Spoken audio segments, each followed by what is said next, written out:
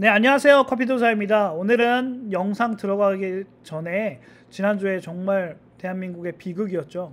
이태원 사건으로 인해서 많이 슬픔에 잠겨 있는 유가족 분들에게 심심치 않은 위로의 말씀 드리고요. 또 그 관계자분들이나 많이 힘들어하실 많은 분들 힘내시고 또 삼가 고인의 명복을 빌겠습니다. 그러면 영상 들어가도록 하겠습니다. 오늘 주제는 파이코인은 과연 어떤 분들이 하고 있을까라는 그 고민들을 하게 됐어요. 그 고민들의 내용들을 좀 재미있게 저희 생각들을 좀 많이 담아서 영상을 만들어 봤습니다. 그래서 우리가 살아가는 사회에는 상류층, 중류층, 중산층이라고 할 수 있는 중류층, 하류층이 있잖아요. 과연 그러면 상류층, 돈을 많이 가지시는 분들이 이걸 파이코인 할까? 아니면 좀 정말 경제적 여건이 힘든 하류층이 할까? 아니면 좀 그래도 여유가 있으면서 살고 있는 중류층이 할까? 이런 고민들을 했는데 과연 어떤 것들이 있을지 한번 보시겠습니다. 그래서 중산층의 우선 개념부터 말씀을 드리면 아리스토텔레스가 이런 말을 했다고 합니다. 가장 완벽한 정치적 공동체, 사회 공동체는 중산층이 지배하고 수적으로도 상류층이나 하류층을 압도하는 공동체가 가장 완벽한 공동체라고 합니다. 그러니까 정치적 뿐만 아니라 경제 공동체나 사회 조직도 중류층이 좀 탄탄하고 숫자도 많아야지만 하류층이나 상류층이나 하류층을 이렇게 골고루 밸런스를 맞추면서 잘 이끌어 갈 수 있다고 철학자가 이렇게 얘기했다고 합니다. 저도 여기에 부분에 되게 동의를 하고요. 현대 사회에서도 현대 사회의 가장 중요한 게 중류층이라고 봐요. 그래서 선진국이나 중진국이나 이런 신흥 공업국도 이 중류층, 중산층이 많아지기를, 다 탄탄한 중산층이 많아지기를 원하는 것 같아요. 그죠? 그래서 더 이 중산층을 타겟팅으로 한 여러 경제 정책들도 많이 나오고 있고요. 그래서 현대 사회와 경제의 중추 세력이 중산층이다. 이런 내용들 보시고요. 그리고 중산층의 기준이 있다고 합니다. 이 내용은 2030 추계전환이라는 책에서 제가 이제 발췌를 했고요. 하루 수입이 10달러에서 100달러인 개인이라고 하고, 또 4인 가족 기준으로 했을 땐 대략 1년에 한 1만 달러, 1만 5천 달러에서 15만 달러, 한국 돈으로는 약 2천만 원에서 한 2억 정도 되는 돈이라고 합니다. 이 4인 가족 이 정도의 돈을 벌 때 중산층 기준이라고 합니다. 그래서 미국과 유럽의 중산층은 당연히 선진국이니까 여전히 세계에서 가장 부유한, 잘 사는 나라의 중산층이니까 어느 나라 빈민국가의 중산층보다 당연히 부자겠죠. 그래서 단 지금 신흥 공업국이라고 할 수 있는 중국, 나이지리아, 인도 여러 가지 나라들이 있는데, 후에 말씀드릴 이런 신흥 공업국에 매년 1억 명 이상이 새롭게, 왜냐하면 중국이나 나이지리아, 인도 같은 곳의 GDP나 GNP가 계속 지금 오르고 있잖아요. 사회가 계속 발전하고 있잖아요. 그래서 여기에 매년 1억 명 이상이 새롭게 중산층으로 합류하고 있다고 합니다. 그래서 그러면 과연 파이코인은, 이런 질문들 많이 받으셨을 거예요. 제 어닝팀에도 이런 레퍼럴 팀이나 어닝팀에서도 이런 질문을 되게 많이 하셨는데, 한국 사람들이 많이 하는 건 잘 모르겠고, 막 트위터나 구글이나 이런 데다가 검색을 해보니까, 파이코인 검색하니까 왜 이렇게 중국 사람들이랑 베트남 사람, 아프리카 사람들이 많이 이렇게 나오냐. 난 좀 그런 나라에서 하는 코인을 하기 싫다. 뭔가 좀 찝찝하다. 이런 내용들의 질문이나 이런 것들을 많이 받으셨을 거예요. 그래서 그거에 대한 해답을 제가 오늘 드리도록 하겠습니다. 결론은 뭐냐면, 모든 사회에 아무리 빈민국이라고 해도, 잘 못 사는 나라가 있다고 하더라도 거기에도 상류층, 중류층, 상류층이 있습니다. 이건 다 인정을 하시죠. 결론은 신흥 중산층. 그러니까 정말 우리나라도 그랬잖아요. 70년대, 80년대 정말 못 사는 나라에서 경제 부흥으로 인해서 정말 잘 사는 나라로 이렇게 왔잖아요. 그것처럼 우리나라하고 동일하게 잘 경제적으로 힘들었지만 선진국을 향해 나가고 있는 이런 여러 나라들이 있어요. 그 중에 대표적인 게 옆 나라인 중국이나 인도라든지 베트남이라든지 이런 나라들도, 비록 아직 우리나라보다는 경제적인 수준이 낮다고 볼 수도 있지만, 낮다고 하지만 언젠가 우리나라를 앞들을 수도 있는 나라들이에요. 그런 나라들에도 상류층, 중류층, 하류층이 분명히 있습니다. 근데 아까 전에 말씀드린 것처럼 이 나라들의 많은 숫자들 1억 명이 넘는 숫자들이 중산층으로 지금 합류하고 있어요. 그럼 이 사람들은 상류층을 거의 동경하면서 열심히 더 경제적으로 뭔가를 하기 위해서 정말 야망을 품고 있겠죠.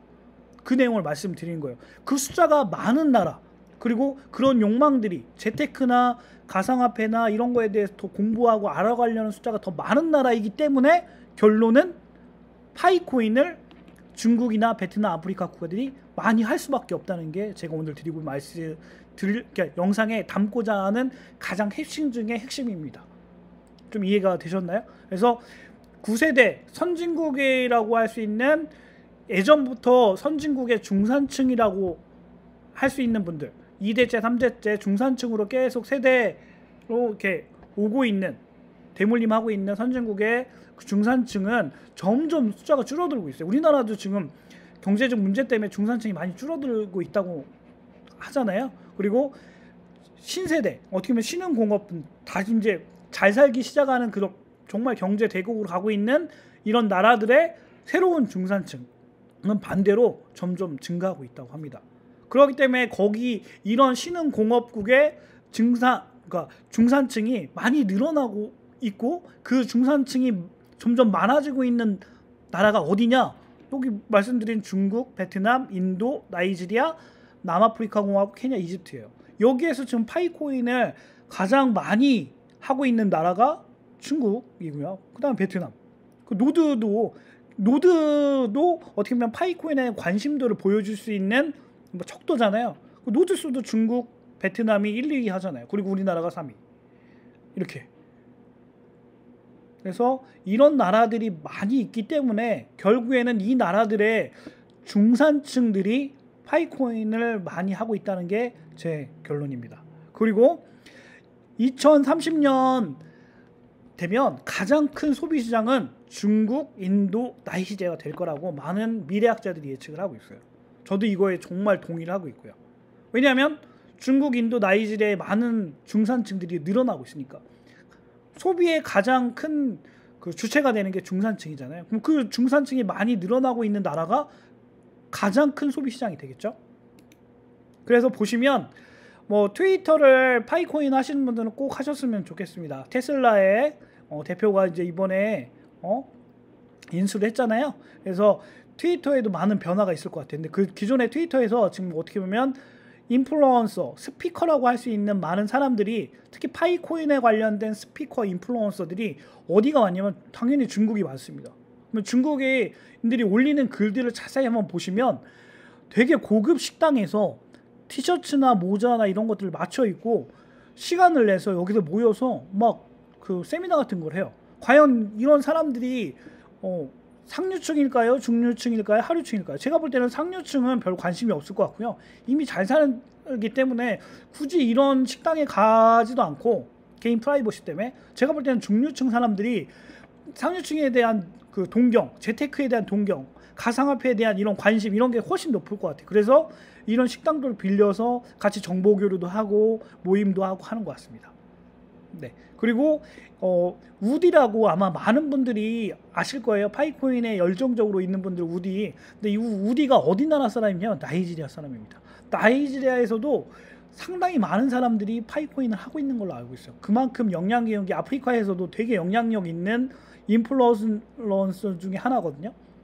파이코인에 관련된 많은 부분들을 공유하고 있고 또 목소리를 내고 있는 사람 중에 하나예요. 그렇기 때문에 제가 볼 때는 이런 사람들이 또 트위터에서 활동하고 있지 않나. 그 결론은 신흥 중산층이 가장 많이 나오는 나라들의 사람들이 계속 그 SNS나 뭐 소셜 미디어나 뭐 유튜브나 이런 데에서 많이 나오는 것 같아요. 그래서 파이코인도 이 나라들, 신흥 중산층이 가장 많이 나오는 나라에서 관심도가 더 많고 더 열정적이고 그 사람들이 더 많이 파이코인을 하고 있는 거죠. 이해되셨나요? 모든 선진국이나 빈민국이나 뭐 중간 정도 사는 나라나 대부분 상류층, 중산층, 하류층이 다 있잖아요. 근데 그 중에서도 중산층이 가장 많은 나라에서 관심도가 파이코인에 더 많을 것이다라는 게 제 결론입니다. 네, 이해되셨죠? 그래서 그 중에 하나가 가상화폐에 대한 화폐잖아요. 나중에도 제가 또 말씀을 드릴 텐데, 가상화폐는 화폐예요. 화폐. 주식이 아니고 뭐 상장이나 이런 게 중요한 게 아니에요. 제가 볼 때는 화폐로서의 기능이 전 더 중요하다고 보거든요. 가상현실에서 화폐로서의 지불 능력, 이게 정말 첫 번째라고 봅니다. 제가 이 얘기를 왜 하냐면, 그런 화폐로서의 교환이나 이런 수단으로서 그걸 활용도가 높은 나라가 오히려 가상화폐에 대한 이해도나 저변학도가 되게 빨라지고 있다는 거예요. 결론은 뭐냐면, 중국, 인도가 미국보다 인터넷, 소셜미디어, 스마트폰 결제 방식을 더 많이 사용하고 있어요. 그러면 여기에 결제 방식의 하나의 수단인 가상화폐의 사용도 엄청나게 빠르게 중국, 인도가 미국보다 더 많이 가상화폐를 실생활이나 실물경제에서 더 많이 쓰게 된다는 거예요. 많이 쓰게 되면 저변 확대도 더 빨라지고 더 소비자들에 대한 가상화폐에 대한 이해도가 높아질 거예요. 그러면 결국엔 가상화폐의 강국이 될 수밖에 없는 거죠. 네. 그래서 우리나라의 중산층에 대해서 뭐 여러 가지 이제 서치를 해보면 나오는데, 우리나라 분들이 자기가 중산층임에도 불구하고 그냥 46%가 중산층의 46%가 하류층으로 인식하면서 좀 불행하게 살고 있다고 해요. 왜 우리나라에서 그러면 파이코인이 왜 유행하냐? 우리나라 중산층이 엄청 많습니다. 근데 중산층임에도 불구하고 나는 중산층이 아니야 라고 부인하면서 나는 하류층이야, 나는 못 살아, 이렇게 하면서 살아가고 있는 인구가 많다는 거죠. 결국에는 중류층이 우리나라에도 탄탄한 중류층이 많아서 상류층을 동경하는 지식적으로 정말 대학교의 진학률이나 이런 것도 어느 나라보다 문맹률이나 이런 것도 우리나라가 엄청 높잖아요. 그렇기 때문에 그런 중산층들이 파이코인에 엄청 많은 관심들을 보이고 있다고 합니다. 그래서 그 중에 중류층의 가장 핵심 그 직업군들이 저는 공무원이라고 봐요. 그 공무원 중에 뭐 일반 공무원도 있고 소방 공무원도, 경찰 공무원, 뭐 교육 공무원, 뭐 군대 군 공무원, 뭐 이런 되게 많이 있잖아요. 아마 여러분들 그 어닝팀이나 레퍼럴 팀 지인들 또 연락처를 한번 이렇게 보시면 우리가 파이코인을 누가 하고 있는지 다 연락처 이렇게 보는 방법들이 있거든요. 그 보는 방법들은 향후에 제가 따로 영상을 만들어 보여드리겠습니다. 다 알고 계신 분들이 많을 거예요.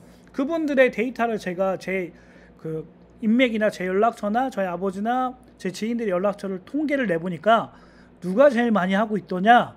공무원들, 중산층의 어떻게 보면 핵심이라고 할 수 있는 우리나라 공무원들이요, 파이코인을 엄청 많이 하고 있습니다. 아마 주변에 있는 공무원분들한테 파이코인 하고 있냐고 한번 물어보세요.